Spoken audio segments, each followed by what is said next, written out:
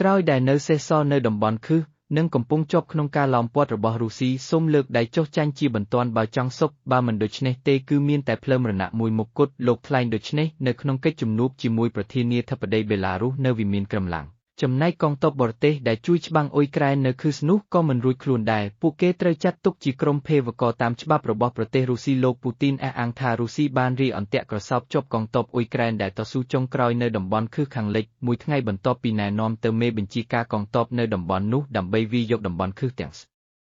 រុងឲ្យបានឆាប់តាមដែលអាចធ្វើទៅបានលោកពូទីនថ្លែងប្រាប់អ្នកសារព័ត៌មានថាស្ថានភាពសឹកនៅខឹសស្ថិតនៅក្រោមការគ្រប់គ្រងរបស់រុស្ស៊ីទាំងស្រុងហើយកងទ័ពដែលវាយលុកចូលទឹកដីរបស់យើងកំពុងស្ថិតនៅឯកោហើយនៅពេលនេះកាលពីប៉ុន្មានថ្ងៃមុននេះមេបញ្ជាការកងទ័ពអ៊ុយក្រែនធ្លាប់បដិសេធថាគ្មានការហ៊ុមព័ទ្ធកងទ័ពរបស់ខ្លួនទេប៉ុន្តែលោកទទួលស្គាល់ថាពួកគេត្រូវតែដកថយតាមយុទ្ធសាស្ត្រការពារខ្លួននាយអគ្គសេនាធិការកងទ័ពអ៊ុយក្រែនថ្លែងថាកងទ័ពរបស់ខ្លួនអាចរុញច្រានការវាយលុករបស់រុស្ស៊ីចំនួន5ដងលោកថាការប្រយុទ្ធគ្នានៅតែបន្តនៅតំបន់ខឹសនៅឡើយទេ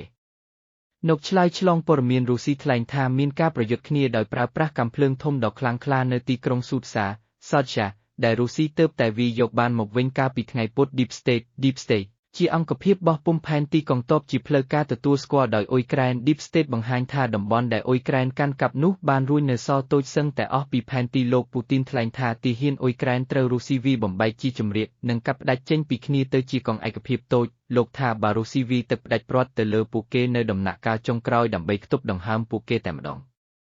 គ្មាននរណាម្នាក់អាចចេញពីតំបន់ខឹសបានឡើយដូច្នេះនៅសល់តែផ្លូវពីរគត់សម្រាប់ជ្រើសរើសទី1លើកដៃសូមចុះចាញ់និងទី2ស្លាប់គួរកត់សម្គាល់ថាលោកពូទីនថ្លែងដោយមោទកភាពនិងដោយទំនុកចិត្តបែបនេះមិនមែនជាការលេងសើចទេលោកទើបតែចុះទៅពិនិត្យមើលសភាពការជាក់ស្ដែងនៅតំបន់ខឹសនិងស្លៀកពាក់ឯកសណ្ឋានកងទ័ពថែមទៀតផងហេតុនេះវាជាការបញ្ជាក់ថាជ័យជំនះកំពុងស្ថិតនៅក្នុងដៃរបស់រុស្ស៊ីលោកប្រាប់មេទ័ពរុស្ស៊ីថាត្រូវបង្ហើយកិច្ចការដែលនៅសេសសល់មានន័យថាវាផ្ដាច់យកតំបន់ខឹសទាំងមូលតែម្ដង